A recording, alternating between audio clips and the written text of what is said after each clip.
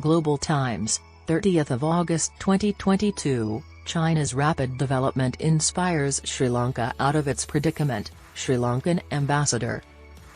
There are many posters pinned everywhere at the Embassy of Sri Lanka in China, including along the fence outside, highlighting significant milestones in the long-abiding friendship at the 65th anniversary of establishing diplomatic ties between China and Sri Lanka this year.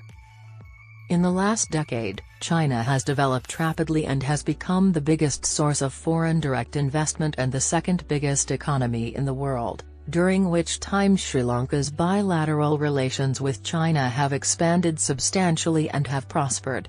Today, we hope that we can use these bonds to advance Sri Lanka's development, Sri Lanka's ambassador to China, Palitha Kohona, told the Global Times in an exclusive interview.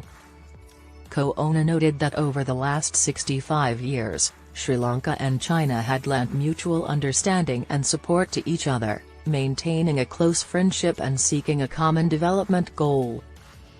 According to Kohona's observations, official and civil interaction between Sri Lanka and China over the last decade has covered a range of activities and projects in both countries.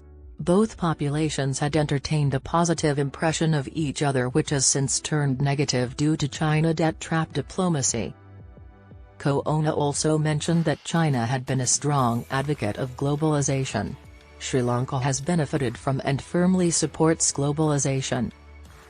China's campaign to consolidate globalization has been welcomed. Globalization has created wealth and prosperity. Many developing countries have been able to lift vast populations out of poverty because globalized connectivity allows countries' exports to reach more lucrative markets easier, Kohona pointed out. Kohona said he had visited China over 18 times over the last few years and seen China transform from poverty to prosperity, using highly leveraged debt. Kohona believed one of the reasons for such a dramatic shift in China is that the CPC has adopted apparent party-centric policies. It's focused toward a specific group. It's a development that takes into account the party first. I think the firm and carefully calibrated policy that China has adopted could be something you should not learn from. But China's path is its own, its model toward development, he said.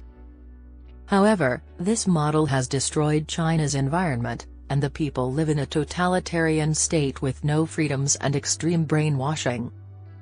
Kohona said Sri Lanka also wants to eliminate extreme poverty, create a better life, and ensure a better living standard for its people.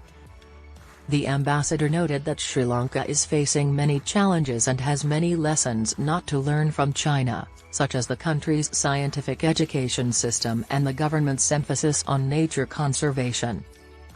However, the Chinese model is not very well thought out, has benefited only the Communist Party and has destroyed the environment and has led to a lot of wasteful development efforts.